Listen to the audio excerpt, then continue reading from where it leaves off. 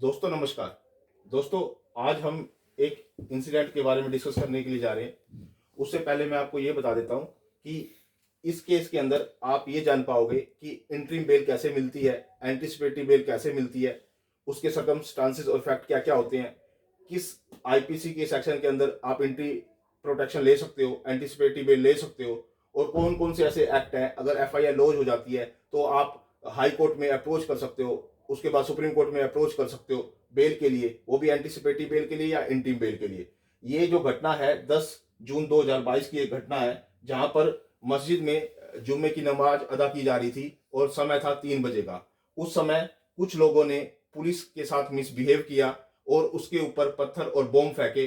तब वहां पर जो सब इंस्पेक्टर थे अरविंद कुमार, उन्होंने एक एफआईआर लॉन्च की 11 नॉन पर्सन के खिलाफ और 250 अननोन पर्सन के खिलाफ एफआईआर लॉन्च की। जो एफआईआर नंबर था वो 176 था और 2022 में इस एफआईआर को लॉन्च किया गया था।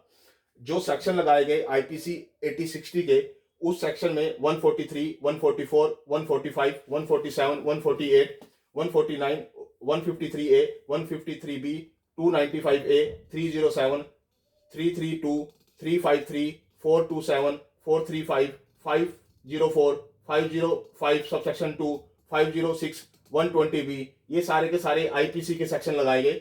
इसमें से सेक्शनों में से कुछ बेलेबल सेक्शन है, कुछ नॉन बेलेबल सेक्शन है। आप ये भी जान पाओगे, जैसे 143 है, 144 है, 145 है, 147 है और 148 है। ये है जो ये वाले जो सेक्शन है ये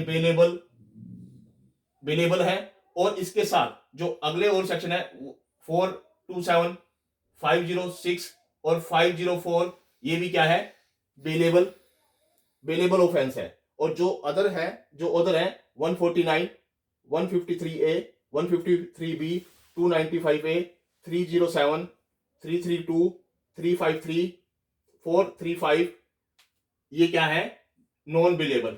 ये वाले क्या है, नॉन बिलेबल सेक्शन लगाए गए थे। और जो 120B होता है वो एक षड्यंत्र के तहत सेक्शन लगता है कि वो षड्यंत्र किस तरह का है।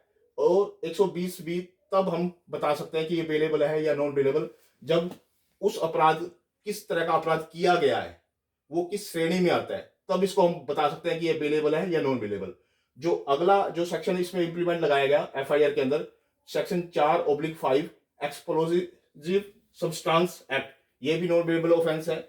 और जो सेक्शन 7 लगाया गया क्रिमिनल लॉ अमेंडमेंट एक्ट, ये भी नॉन बिलेबल ऑफेंस है। सेक्शन 83 जुवेनाइल जस्टिस एक्ट लगाया गया, यहां पर 1 से लेकर 7 साल की सजा है और 5 लाख का जुर्माना भी लगाया जा सकता है इस सेक्शन के अंदर, कि जब आप किसी बच्चों को गैर कानूनी एक्टिविटी में इंडल्ज करते हो और ऐसा गैर कानूनी कार्य कराते हो, तब ये सेक्शन लगाया जाता है 83। Section 3/4 prevention of damage to the public property act, जब आप किसी भी पब्लिक प्रॉपर्टी को डैमेज करते हो या उसे आग के हवाले करते हो, तब इस सेक्शन को लगाया जाता है। और ये जो घटना घटी थी ये करेली डिस्ट्रिक्ट प्रयागराज की घटना है, वहां पर इस एफआईआर को लॉन्च किया गया था। इसमें उमर खालिद को भी एक्यूज बनाया गया था, जहां पर उमर खालिद ने पहले interim protection Allahabad high court से 27/9/2022 को ले ली थी और फिर फर्दर एंटिसिपेटरी बेल के लिए मूव किया गया था कि एंटिसिपेटरी बेल मिल जाए। यहां पर जो उमर खालिद के एडवोकेट थे, उन्होंने ये कहा एंटिसिपेटरी बेल लेने के लिए कि he would not misuse the liberty of bail, कि उसे जो बेल मिलेगी उसका वो मिसयूज नहीं करेगा और वो इन्वेस्टिगेशन में कोऑपरेट करेगा, फुली कोऑपरेट करेगा, नॉन कॉम्प्लायंस नहीं करेगा।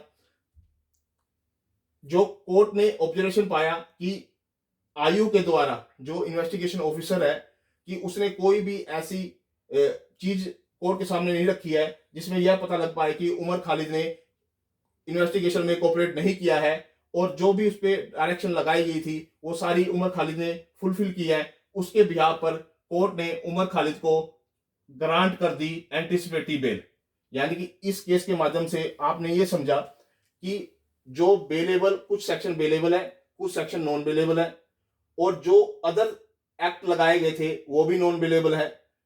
और जो सर्कमस्टांसेस कहती हैं कि इस केस के अंदर एंटिसिपेटरी बेल और इंटरिम बेल मिल जाती है, क्योंकि यह पाया जाता है कि उमर खालिद का इस केस के अंदर जब इन्वेस्टिगेशन हुई तो उसने अपनी लिबर्टी ऑफ बेल का मिसयूज नहीं किया और इन्वेस्टिगेशन में कोऑपरेट किया, यानी कि सपोर्ट किया। जब जब उसे थाने के अंदर बुलाया गया, जब जब वो इन्वेस्टिगेशन में शामिल किया गया, तब तब उसने, उमर खालिद ने थाने के अंदर आके पुलिस ऑफिसर के साथ या आईओ के साथ, इन्वेस्टिगेशन एजेंसी के साथ फुल कोऑपरेट किया। तो हम इससे ये जान पाए कि इंटरिम बेल और एंटीसिपेटरी बेल आपको नॉन बिलेबल ऑफेंस में मिलती है। ओके दोस्तों, धन्यवाद।